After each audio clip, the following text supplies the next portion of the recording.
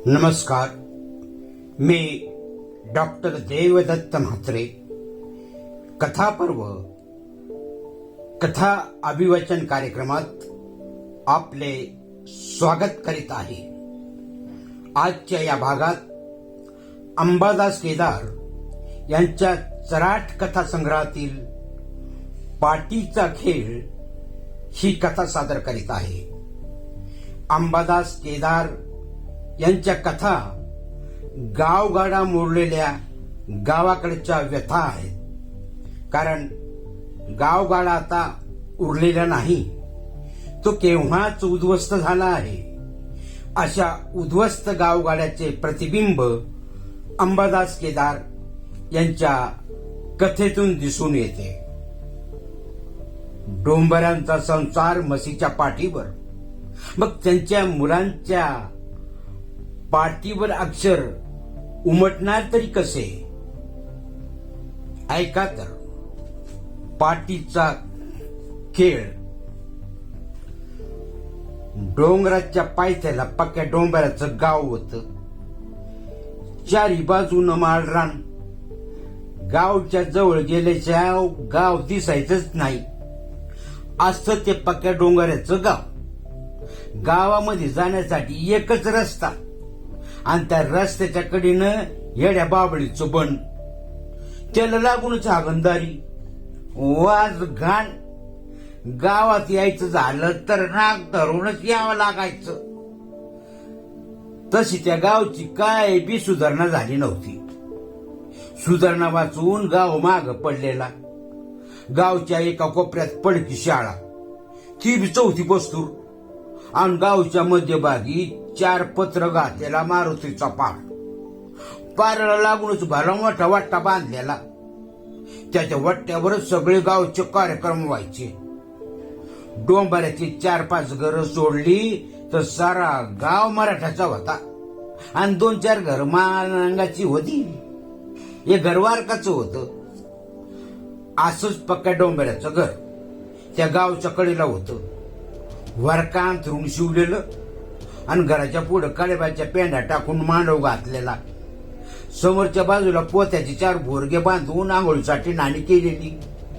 घराच्या समोरच्या बाजूला एक मातीचा वट्टा बांधलेला.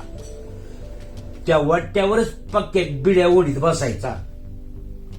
असंच पक्के सकाळी सकाळी पळसाकडे करत येऊन त्या वट्ट्यावर बसला, आणि बसल्या बसल्या फाटक्या बनेन लाजून बिडीचं जळकं थोडू काढीत तो आपल्या पोरांना म्हणाला, अरे पोरू, कुणीतरी तू आणा रे. तसं त्याचं थोरलं पोरग चड्डीवर सरकवीत चुलीच्या जाळाजवळ गेलं, आणि चुलीतली इस्तू गौरीच्या खांडावर ठेवून बाहेर आलो. आणि बाच्या हातावर ते पोरग म्हणलं, ये गा बा इस्तू. पक्यानं पोराच्या हातातला इस्तू घेतला, त्याच्यावर बिडी पेटवली. एक झुरका मारून तो पोराला म्हणाला, अरे आंघोळा करून घ्या र, शाळा जायचंय बघा, शाळा भरली या. होय वा, असं म्हणून त्याचं फोरलं पोरग पुन्हा चड्डीवर सरकवीत मध्ये गेलं. दिवस बराच वर आला होता, आणि घराघरातल्या चुली आता पेटल्या होत्या. चहाचा करपट वास गावभर पसरला होता. बाया माणसं आपापल्या कामाला लागली होती. गुरंढोरं पांतीच्या रस्त्याने निघाली होती. पक्याच्या बायकोनं चुलीत लाकडं घालून चूल पेटवली. काळं बघून चुलीवर ठेवून ती पाणी तापू घातलं. धुरानं गच्च भरलेले डोळे चोळीत पक्याची बायको पोरांना म्हणाली, आर पोरूनू, थंड पाण्याने आंघोळ करा र, चूल पेटना गेली या. एवढं म्हणून पक्याच्या बायकोनं नाणीत पाणी टाकलं. दोन्ही पोरांना आंघोळी घातल्या. रातचे उरलेले कुटके त्यांना खाऊ घातले. हातात दप्तराच्या पिशव्या दिल्या. पोरं शाळेचा रस्ता धरून निघाली. पक्या अजून बाहेरच्या वाट्यावरच बसून होता. त्यानं तोंड बी धुतलं नव्हतं. तो मध्ये उठून आला. चुलीतली राख हातावर घेऊन दात घासले. तोंडावर पाणी फिरून तोंड धुतले. धोत्राच्या पदराला 2 फूट तो चुलीजवळ आला. चहा तयार होता. त्याच्या बायकोनं पांढऱ्या परातील चहा ओतला आणि पक्याच्या हातावरती पांढरी परात देत तिने विचारले, खेळाचं सामान कुठं पडलंय ते बघा, पावसाळा कमी झाला या. पांढऱ्या परातीत ओतलेला चहाचा फुरका मारीत पक्या आपल्या बायको म्हणाला, यंदा नाही मला जायचं. आणि काय म्हणून नाही जायचं? इथं राहून पोरांना शिक्षण देणार आहो म्या आणि त्यांना मोठाले साहेब करणार आहो म्या. लांबुंडक्या बाण्यात तोंड करून पक्याची बायको म्हणाली, तोंड बघा तुमचं, म्हणे मोठाले साहेब करणार आहे पोरासनी. अहो आधी पोट भरायचं ते बघा. काय घेऊ जा, पण म्या इथंच राहणार आहो आणि पोराला शिक्षण देणार आहो. तुमचं भरावर हाय व, पर इथं राहून का पोट भरताय का आपलं? मग मात्र पक्याच्या डोक्यात प्रकाश पडल्यावानी झाला. आणला मनातल्या मनात जे केल्यासारखा करतो म्हणाला, मग इथं पोरांना कुठशी ठेवावं? इथं कसं पोरांना ठेवता येतंय व? त्यांना बी संघाटी न्यावं लागल. हात तर पोर चांगली नादी लागली शाळांच्या, त्यांना संघाटी नेऊन त्यांचं शिक्षण बुडतं या. मग कुठची ठेवावं म्हणताय पोरासनी? म्हणून तर सनम्या म्हणलं की मी इथं राहावं म्हणतोय. असं चुडीच्या जवळ बसून दोघांचं बोलणं चालू होतं. तेवढ्यात बाहेर कुणाचा तरी आवाज आला आणि दोघांना बी ची कानं आवाजाकडे लागले. पक्या, ए पक्या, अरे पक्या हायस का घरी? तसा पक्या चुलीजवळून उठला आणि बाहेरच्या लोकांना निघाला तर दारात नागूशा बाब होता. त्याच्याजवळ जात पक्या म्हणाला, हत्तीच्या, तू हायस होय रे नागुशा? नागुशा पुढे येत म्हणाला, होय. नागुशा घरात आला आणि फाटक्या चवड्यावर फतकल मारून बसला. तोंडातल्या तोंडात थुका गेलीत म्हणाला, पूर दिस नाही की पक्या. शाळात गेल्या ती. बोलता बोलता पक्याने खिशात हात घालून बिडीचा कट्टा बाहेर काढला. त्याच्यातली एक बिडी काढून नागुशाच्या हातावर दिली. नागुशाने ती बिडी तोंडात धरून तिला पेटवली. एक जोराचा झुरका मारला आणि नाका तोंडातून धूर काढीत तो पक्याला म्हणाला, कोणत्या पुस्तकात हाय रे पोर? पोर वय नागुशा, एक 3ऱ्या पुस्तकाला हाय आणि दुसरं 4 पुस्तकाला गेलं या. बिडीचं थोटूक खाल्ली ठिस करीत पुन्हा नागुशा म्हणाला, जकस होय, आता त्यांना शाळेतून काढू नकसा. नागुशानं असं म्हणल्याबरोबर पक्याच्या चेहरा उजळल्यावानी झाला. मनात आनंदाची लहर उठल्यावानी झाली आणि हसरा चेहरा करीत तो म्हणाला, तुम्ही शाळेतून काढू नका म्हणता नागुशा, पर लई अवघड प्रश्न आहे की पोरांचा. कोणचा अवघड प्रश्न आहे पोरांचा? पोरांना ठेवायचा. खेळ करायला गेल्यावर पोरांना कुठचे ठेवावं? ठेवायचं अवघड प्रश्न आहे पक्या. पोर शिक्षण द्यायचं म्हणल्यावर कुठं तरी पोरांना इलवारी लावायला पाहिजे की नाही? इलवारी लावावं नागुशा, पर कुठची? अरे तुझी पण हाय वाटतं की जवळच्या गावामध्ये हाय की. मग तुझ्या बहिणीपाशी इतवारी लाव की, तिथून येणं जाणं करतील पोरं. ते बी आमच्या संघाटी येणार आहेत. तिची सासू असन की करू? हाय की, पण तिला नाही वयानं सांभाळायचं. तिचा जीव लय बारकुसा झालाय. असं होय? मग मी कशाला म्हणत असन लय गावाकडे प्रश्न आहे म्हणून. असं बराच वेळ नागुशा आणि पक्या बोलत होते. नागुशा आपल्याकडे कशा पायी आला असावा याचा अंदाज काढीत बोलता बोलता पक्याने नागुशाला येण्याचं कारण विचारून घेतलं. काय काम काढलंस नागुशा? काय बी नाही रो, हुंगाल तू. हितीच्या सकाळी सकाळी कोंबडीची पिल्ले घेऊन जायला आलो तू पक्या. आणि कशाला नागुशा? पोरलो बैरू असं झालाय म्हण. एवढीच्या पोराला कसा बाहेर असं होईल डांगुश्या? काय माहित, त्याची मायच म्हणत होती पोराला बैरू असा झालाय आणि कोंबडीचं पिलू भवाळून टाकायचं आहे म्हण. मग जा बाबा एक पिल्लू घेऊन, हाय माझ्याकडं. नागुश्या पिल्ली घेऊन गेला. पक्या काही वेळ तिथेच रेंगाळत राहिला. नंतर त्याच्या बायकोनं आंघोळीला पाणी टाकलं. पक्या आंघोळ करून जेवायला बसला. तेवढ्यात पोराची शाळा सुटली. हातातल्या दप्तराच्या पिशव्या फेकून देत ते बी जेवायला बसले. आणि जेवायला वाढता वाढता पक्याची बायको पक्याला म्हणाली, या की जाऊन सकाळी सकाळी दुर्गाच्या सासूकडं. बायकोचा मतलब ध्यानात घेऊन पक्या म्हणाला, उद्या सकाळी सकाळी जाईल म्हणतोयास होय? दुर्गाच्या सासूला विचारणं बी होतं या आणि दुर्गाला सांगून बिडणे होतं या. तर येतो सकाळी सकाळी जाऊन. पक्का जेवण करून बाहेरच्या वट्ट्या घेऊन बसला. खिशात हात घालून बिडीचा कट्टा बाहेर काढला. कटल्यात ती एक बिडी तोंडात धरली. डोळे मिसकावीत ती बिडी पेटवली आणि तोंडातून भकाबक दूध काढीत बसून राहिला. दुसऱ्या दिवशी सकाळी सकाळी पक्यानं आपल्या बहिणीचं घर गाठलं. इकडची तिकडची थोडी किलोशी विचारली. दुर्गाने खुशाली विचारली, पोर बरी आहेत का दादा? बरी आहेत. तुझी कशी आहेत दुर्गा? बरी आहेत ना दादा. दुर्गाची सासू जवळच बसून होती. तिच्याकडे बघत पक्या म्हणाला, बरे हाव का मामी? डोसक खाजवीत दुर्गाची सासू म्हणाली, बरी हाव. मग पक्यानं आपल्या पोरांचा विषय काढला. पक्यानं पोरांची अडचण दुर्गाला त्या सासूला सांगितली. शाळेचा प्रश्न तिच्या मोहर मांडला. अखेरला दुर्गेच्या सासूनं पक्याच्या पोरांना ठेवून घ्यायचं कबूल केलं. 4 दिवसात दुर्गाला तयार व्हायला सांगून पक्या वापस निघाला. 2-4 दिवसात डोंबाळीची पालं निघण्याच्या तयारीला लागली. पक्यानं आपल्या पालाची आवराआवर सुरू केली. म्हशीच्या पाठीवर सामान घातले. घराला बोराटीचा झोपाटा लावला.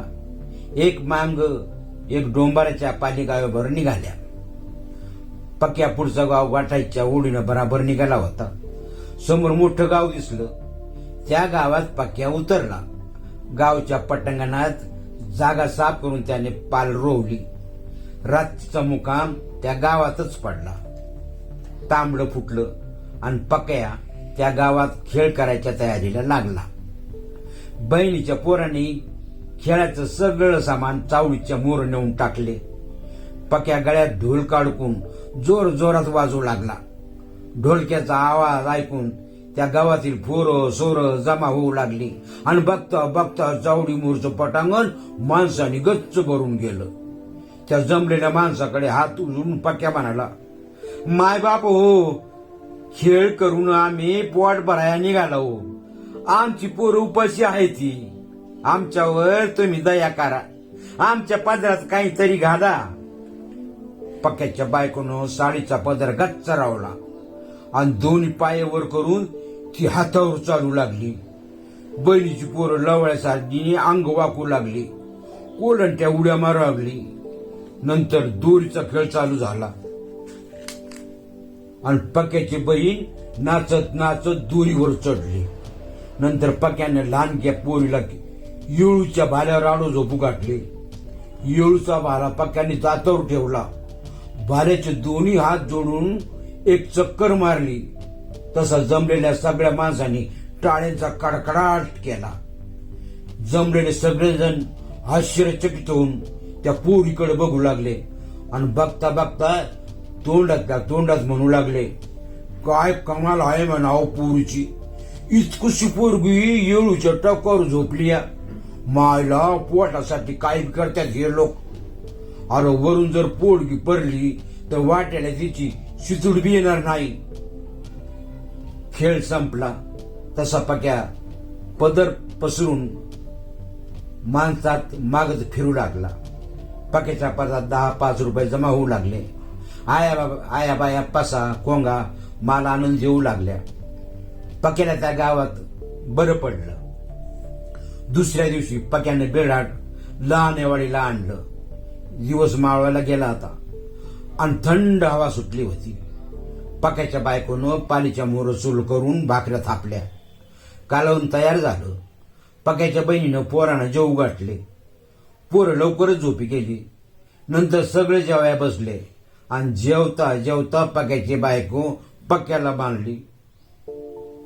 पोर जेवायला असतील का नव?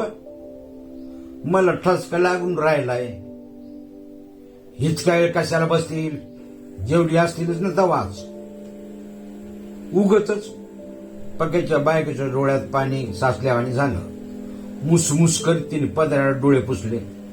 पदरातली भाकर बाजूला काढून तिने हात धुतला आणि परात हिसवून टाकी ती म्हणाली, उगच पोरांना संगाटे नाही आणलं व मला तर धीरच होईन न गेलाय.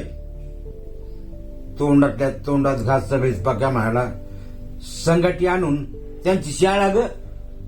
काय शाळा की आणि फुळ की? मला तर येड लागल्यावानी झालं या. आता बराच उशीर झाला होता. लहानेवाडी सामसूम झाली होती.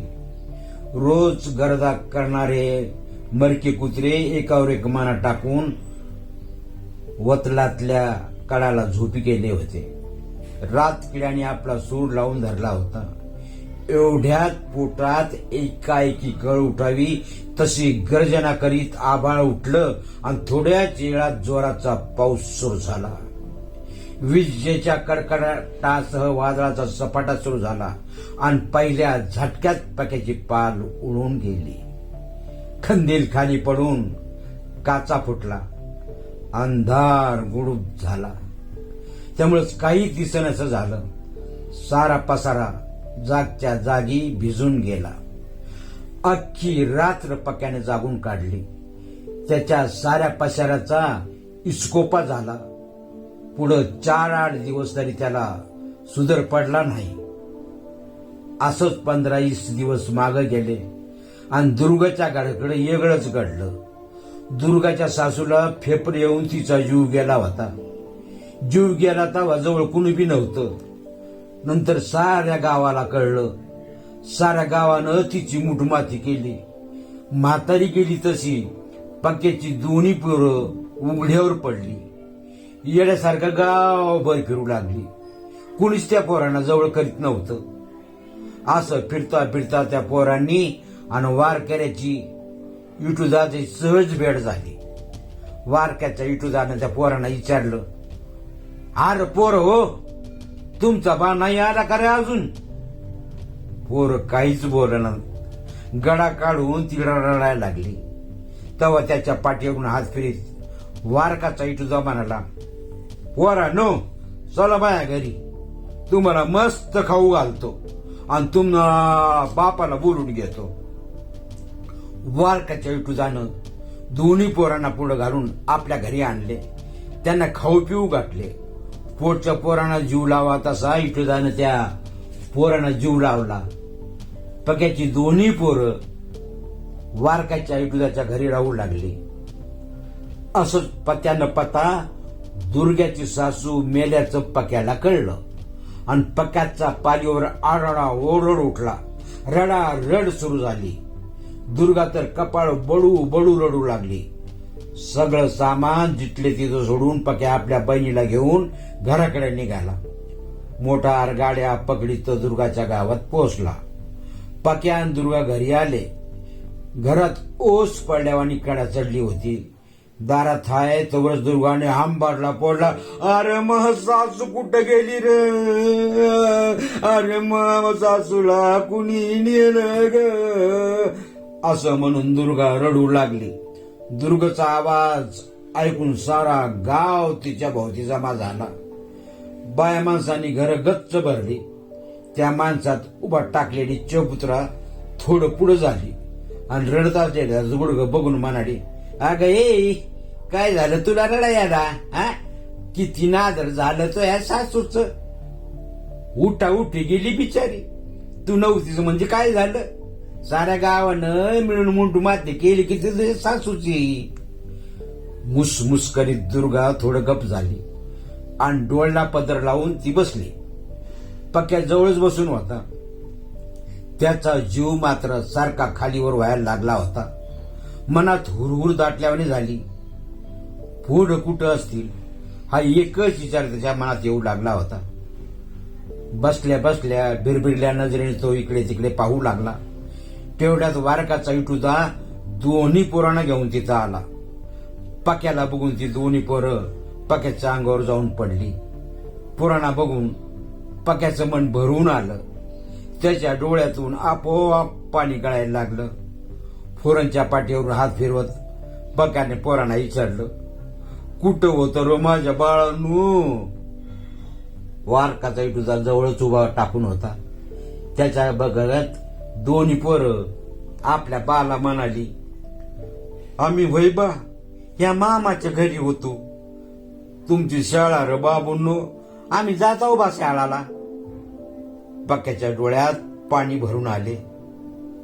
तो लटकन उठला.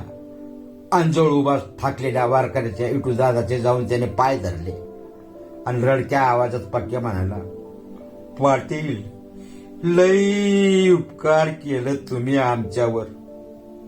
त्यांना आसरा मिळाला पाटील. तुमच्यामुळे माझी पोरी जागच्या जाग्यावर राहिली. नाहीतरी माझं पोर कुठे बी हिंडली असती. पक्याच्या खांद्याला हात लावून त्याला बाजूला सारत वारकाचा इटूचा पक्याला म्हणाला, यात कसलं उपकार? तसं कसं म्हणता हो पाटील? तुमच्या आम्याच्या पोरांना सांभाळलं, त्याला तुम्ही जीव लावला, त्यांची शाळा सुधीक बंद पडू दिली नाही तुम्ही. तुमच्या सारखी माणसं आहे ती, म्हणून तर आमच्या सारख्याचं बरं हाय पाटील. पोर रस्त्यावर हिंडू लागली होती म्हणून मी त्यांना घरी आणलं, त्यांना खाऊ पिऊ घातलं आणि थोडा जीव लागला. असं कोणतं केलं काम मी? पाण्याने भरून आलेले डोळे धोत्र्याच्या पदराला पुसत पक्या म्हणाला, तसं कसं हो पाटील?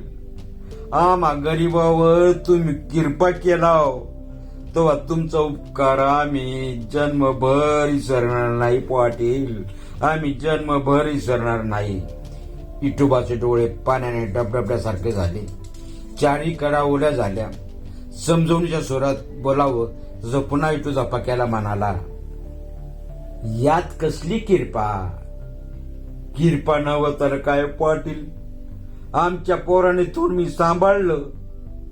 असं म्हणून पक्याने आपले दोन्ही पोरांना जवळ घेतले. त्यांच्या पाठीवरून हात फिरवत त्यांचे पापा घेतले. दुर्गाने डोळ्यावरचा पदर बाजूला सारला. स्वतःला कसं बस सावरत ती उठली आणि पक्याजवळ येत दुर्गा म्हणाली, दादा, आता आपण निघायला बघू. पक्याच्या विचारच पडला, आता पोरांच्या शाळेचं कसं होणार? पोरांची शाळा बोलणार या तंद्रीत तो पडला. पुढं हिर आणि मागं आड अशी अवस्था पक्याची झाली. आखरीला मन घट्ट करून तो उठला आणि दोन्ही पोराकडे बघत तो म्हणाला, चला रे बाबूनो, आता आपल्याला निघायचं हाय. तशी त्याची दोन्ही पोर पक्याला म्हणाली, आमची शाळा बाबा. असं पोराने म्हणल्याबरोबर पक्याच्या काळगात चरकन केलं आणि त्याच्या साऱ्या अंगावर काटे उभे टाकले. पोराकडे बघून मळ तिळ तिळ तुटायला लागलं. दोन्ही पोरांना पोटाशी धरून केलीवाना नजरेने पोराकडे बघत पक्या म्हणाला, आता नाही रे बाबन तुमची शाळा. काहून बा? मग मात्र पक्याला बडबडून आलं. दोन्ही डोळ्यातून आसवाचा बांध फुटला आणि तो हुंदके देऊन रडू लागला. पक्याचा बघून पोरं बी रडू लागे. दुर्गाच्याही डोळ्यात पाणी दाटून आलं. डोळे पुसीत ती पक्याला म्हणाली, असं रडले न कसं होईल? आपल्याला लई दूर जायचं हाय. डोळे चोळीत पक्या उठला. दोन्ही पोरांना सांगाठी घेऊन तो खोपटा बाहेर पडला. मोठा रस्ता ओलांडून तो मारुतीच्या पाराजवळ आला. मारुतीच्या वाट्यावर पोरांचे गुरुजी बसला होता. त्या पोरा पण बघून गुरुजी म्हणाला, कुठे घेऊन निघालात पोरांना? जड आवाजात पाक्या म्हणाला, आमच्या संघाटी. आणि त्यांची शाळा? आता नाही गुरुजी त्यांची शाळा. गुरुजी थोडा वेळ मुकाट बसले. त्या पायऱ्यावर भार त्या पायावर देत गुरुजी म्हणाले, अन काय म्हणून नाही त्यांची शाळा? पक्याचा चेहरा काळवंडला. पुढे काय बोलावं त्याला सुधरणा गेलं. वाचा गेल्यावानी तो तसाच उभा टाकला.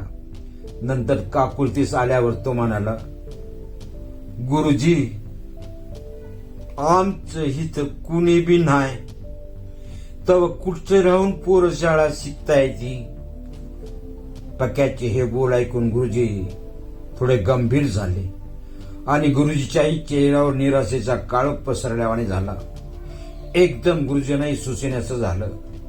नंतर हळूवार आवाजात बोलावं तसं गुरुजी पकाला म्हणाले, आता कुठं निघालाव? आमच्या पालाकडं. कुठं हाय तुमची पाल? हाय तिकडं बिडाच्या पल्ल्याड. गुरुजींनी थोडा मनातल्या मनाचा विचार केल्यावानी केलं आणि पोरांच्या पाठीवरून हात फिरवत ते म्हणाले, पोरांना ठेवा माझ्या जवळ. गुरुजींनी असं म्हटल्या बरोबर पक्याचे हृदय भरून आले आणि अंगात थोडं बळ आल्यावानी झालं. खाली वाकून त्याने गुरुजीचे पाय धरले. त्याच्या डोळ्यातून आपोआप पाणी गळायला लागले. गळत्या डोळ्याने गुरुजींना बघत पक्या म्हणाला, गुरुजी, लई उपकार होईल बघा तुमचं. माझी पोरं वाऱ्यावर निघाली ती, त्यांची शाळा बंद होलती गुरुजी. तर गुरुजींनी दोन्ही पोरांना आपल्या घरी आणले. पक्याची समजूत घातली. नंतर थोडं इकडचं तिकडचं बोलणं झालं. गुरुजींनी दोन्ही पोरांना पोटभर जेवू घातले. पक्याला अतिशय आनंद वाटला आणि आनंदाच्या भरात तो गुरुजीने म्हणाला, ह्या पोरांचे तुम्हीच मायबाप हाव गुरुजी. आमच्याच्यानं आता ह्या पोरांना काय शिकून होतं गुरुजी. पक्याचे निर्वाणाचे बोल ऐकून गुरुजी त्या पोराकडे बघत पक्याला म्हणाले, आता ह्या पोरांची काही बी काळजी करू नका. आता खुशाल तुमच्या पालाकडे जावा, पोट भरा. ना हाय तुमच्या पोरांना सांभाळायला. पक्याने आपले दोन्ही पोरांचे पापे घेतले. गालावर कडकटकट बोट मोडीत पोरांना म्हणाला, पोरो कुठे हिंडू नग. गुरुजींचं ऐकीत राहा. गुरुजीचं काम धंदा बी करीत राहा आणि शाळा बी व्यवस्थित करा. गुरुजीला लई सळ जाऊ नका. नादर अभ्यास करीत जा. एवढं बोलून पक्या निघाला. त्याच्या पाठोपाठ त्याची बहीण दुर्गाही निघाली. पक्याची पोरं तिथंच उभा टाकून पक्याकडे बडवू लागली. पक्या आता गाव सोडून बराच दूर गेला होता.